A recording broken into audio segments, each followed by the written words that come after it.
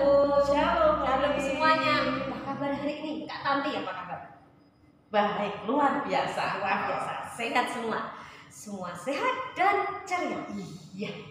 Wah, seneng ya kalau hari ini kita bisa berkumpul, Ya. kita bisa beribadah bersama, kita bisa bernyanyi bersama-sama. Tapi tentunya di rumah masing-masing. Adik-adik sudah siap memuji Tuhan? Tuhan Yesus sudah memanggil kita. Wah, sudah memanggil. Iya, Yuk. Come on. Oke.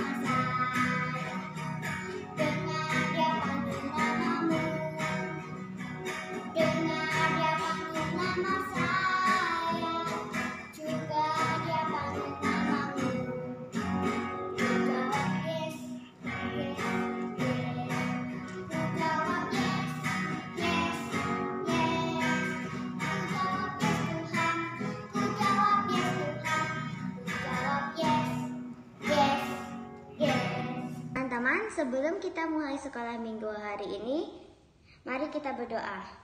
Tuhan Yesus, terima kasih untuk hari ini. Berkati biar kita bisa sehat selalu, bisa bersenang-senang dan bisa mendengar firman Tuhan dengan baik dan bisa beraktivitas juga.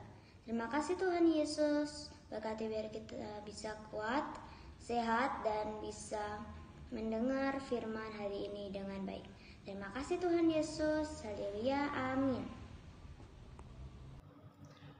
Wah, hebat loh Kak Pri. Iya. Adik-adik kalau dipanggil selalu menjawab. Iya. Adik-adik, Kak Tanti tanya. Kalau adik-adik ditanya oleh mama, papa, ditanya oleh kakak adik, apakah menjawab?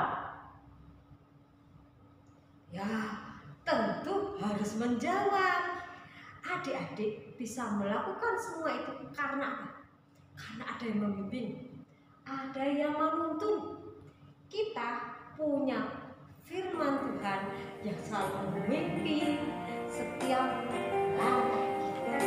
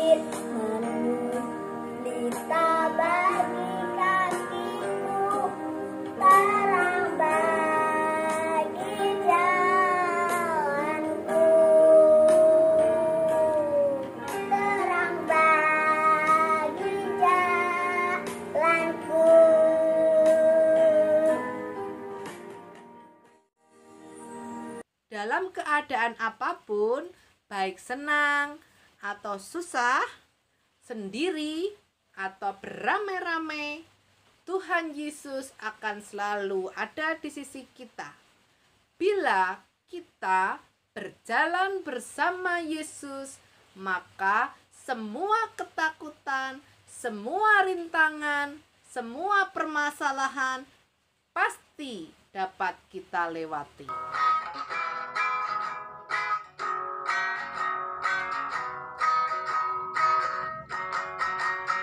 Jalan serta Yesus, jalan sertanya setiap hari. Jalan serta Yesus selamanya. Jalan dalam suka, jalan dalam duka, jalan sertanya setiap hari. Jalan serta Yesus selamanya. Jalan serta Yesus, jalan sertanya setiap hari. Jalan serta Yesus selamanya. Jalan dalam suka, jalan dalam duka, jalan sertanya setiap hari. Jalan serta Yesus selamanya.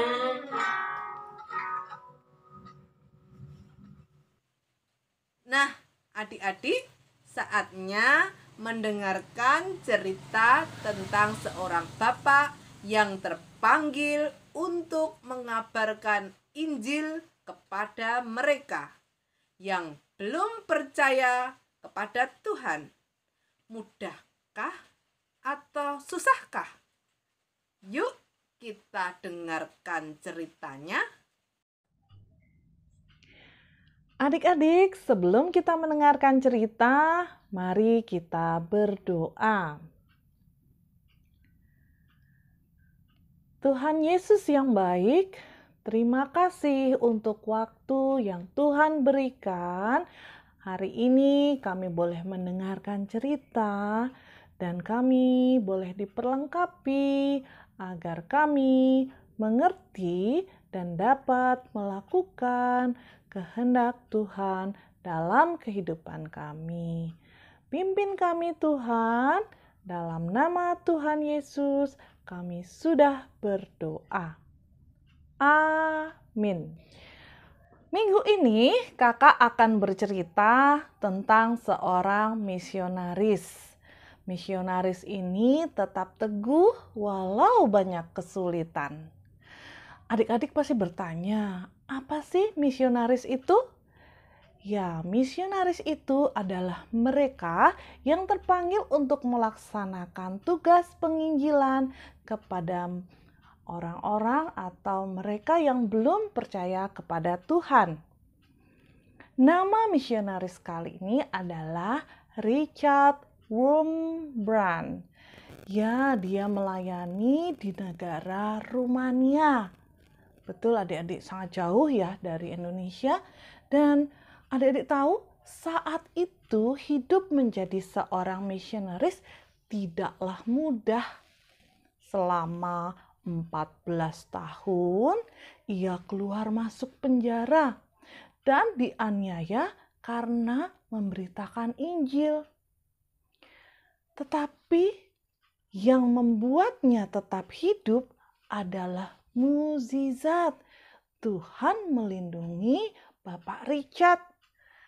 Walaupun ia merasakan berat, tidak melunturkan semangat untuk memberitakan Injil. Dengan kata lain, ia tidak gampang menyerah. Atau dalam bahasa Inggrisnya, never give up. Bapak Richard terus melakukan misinya. Dia terus menerbitkan selebaran-selebaran tentang Injil dan menyebarkannya sembunyi-sembunyi. Dia menyebarkannya di kedai makanan, kemudian di stasiun, di tempat parkir, dan di tempat-tempat yang memungkinkan. Ya adik-adik, pasti ada orang yang tidak senang juga ya dan ia ditangkap dan dipenjara. Saat dipenjara, tidak berhenti di situ saja, dia tetap melakukan misinya, yaitu menginjili orang-orang di dalam penjara, di mana mereka belum mengenal Tuhan. Adik-adik, usaha tersebut terus dilakukan sebagai seorang misionaris.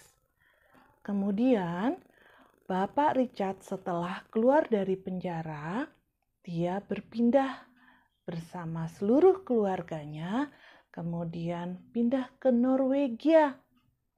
Setelah itu, pindah ke Inggris untuk menceritakan bahwa ada gereja yang jemaatnya itu harus bersembunyi saat beribadah, karena kalau ketahuan dengan pemerintah setempat, maka akan ditangkap. Jadi mereka punya yang namanya istilah gereja bawah tanah.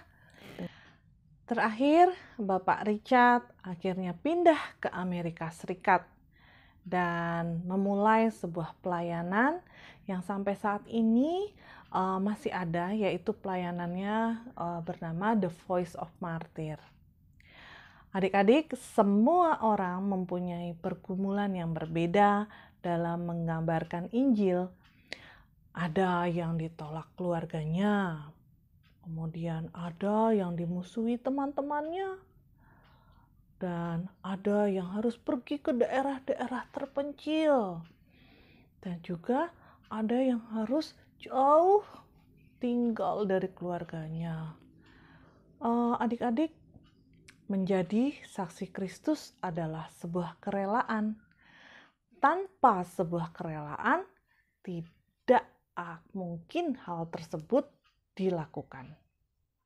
Akan tetapi, di dalam kerelaan itu, Tuhan memberikan perlengkapan senjata Allah kepada mereka agar dapat melaksanakan misinya. Adik-adik, apa saja ya perlengkapan senjata Allah itu? Adik-adik bisa buka Alkitabnya sekarang ya. Di Efesus pasal 6 ayat 10 sampai 18. Ya, untuk adik-adik yang kecil nanti ya minta papa mama untuk membacakannya. Yuk kita cari nih, apa saja sih yang pertama itu? Di ayat 13 dikatakan seperti ini. Sebab itu ambillah seluruh perlengkapan senjata Allah, supaya kamu dapat mengadakan perlawanan pada hari yang jahat itu dan tetap berdiri sesudah kamu menyelesaikan segala sesuatu. Jadi, berdirilah tegap, berikat pinggang kebenaran, berbaju jirah keadilan, kakimu berkasut kerelaan untuk memberitakan Injil damai sejahtera. Dalam segala keadaan, pergunakan perisai iman, sebab dengan perisai itu kamu akan dapat memadamkan semua panah api dari si jahat. Dan terimalah ketopong keselamatan dan pedang roh, yaitu firman Allah. Dalam segala doa dan permohonan, berdoalah setiap waktu di dalam roh dan berjaga-jagalah di dalam doamu. Itu dengan permohonan yang tak putus-putusnya untuk segala orang kudus. Adik-adik, jadi apa yang kita dapatkan hari ini? Adik-adik selalu ingat ya, perlengkapan senjata Allah. Adik-adik harus punya kerelaan dalam memberitakan Injil. Dan juga tetap teguh walau banyak kesulitan. Adik-adik, kita ulangi lagi ya. Apa Apa saja sih perlengkapan senjata Allah itu? Oke, kita mulai. Ikat pinggang kebenaran, baju jirah keadilan, kasut Injil damai sejahtera, perisai iman, ketopong keselamatan, pedang roh, dan juga kita harus terus berdoa dan berjaga-jaga. Adik-adik, mari kita berdoa. Tuhan Yesus, terima kasih hari ini kami boleh mendengarkan cerita tentang Bapak Richard, seorang misionaris. Walau dalam kesulitan, Bapak Richard tetap teguh. Tuhan, terima kasih. Tuhan sudah memberikan perlengkapan senjata Allah untuk kami boleh menjadi saksi Kristus. Tuhan, kami juga ingin berdoa bagi seluruh misionaris yang ada saat ini. Tuhan juga boleh melindungi dan memperlengkapi mereka. Terima kasih Tuhan. Dalam nama Tuhan Yesus kami sudah berdoa. Amin. Nah, adik-adik, gimana ceritanya? Ternyata pekerjaan mengabarkan Injil itu membutuhkan kesabaran, ketekunan, dan juga kerelaan. Jadi saksi Kristus itu ternyata banyak sekali loh hambatannya. Iya, ada yang dimusuhi oleh teman-temannya dulu, ada yang diejek, ada yang tidak mau berteman dengan kita. Iya. Tetapi kita tetap harus semangat dan setia untuk tetap menjadi saksi Kristus. Karena apapun hambatan yang kita alami, apapun hambatan yang kita temui, kita harus tetap setia pada Tuhan. Karena Tuhan Yesus setia. Yesus setia. Yesus setia. Yesus setia padaku selamanya. Aku setia. Aku setia. Aku setia pada Yesus Tuhanku. Iya, betul. Adik-adik, sampai kapan kita mau setia? Setialah sama hidup.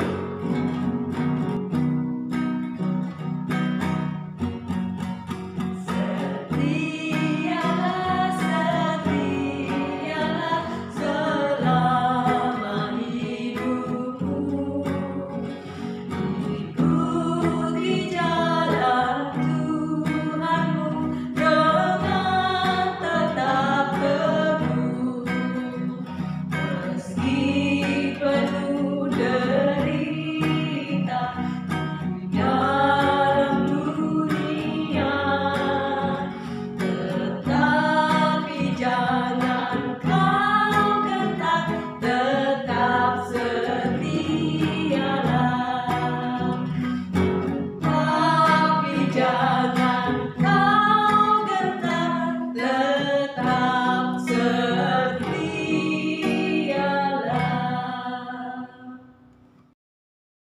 Aktivitas kelas kecil, adik-adik akan membuat dadu yang digambari perlengkapan senjata Allah. Ada pedang roh, ada perisai iman, ada ketopong keselamatan, kasut kerelaan, ikat pinggang kebenaran, dan baju sirah keadilan. Pertama-tama kita akan membuat polanya terlebih dahulu. Buat pola seperti ini. Digambari, boleh juga diwarnai dengan bagus. Setelah selesai membuat pola dan gambar, kita akan mulai menggunting.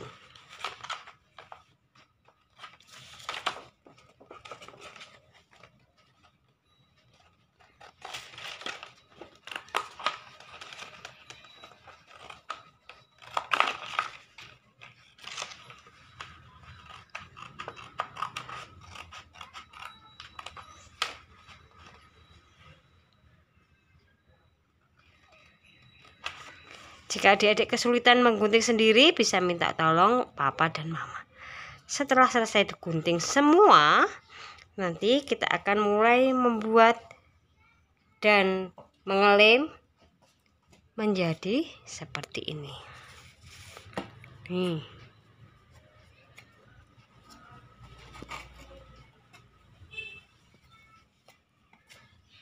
Jika sudah selesai, bisa dikirimkan ke grup WA kelas masing-masing. Selamat mengerjakan.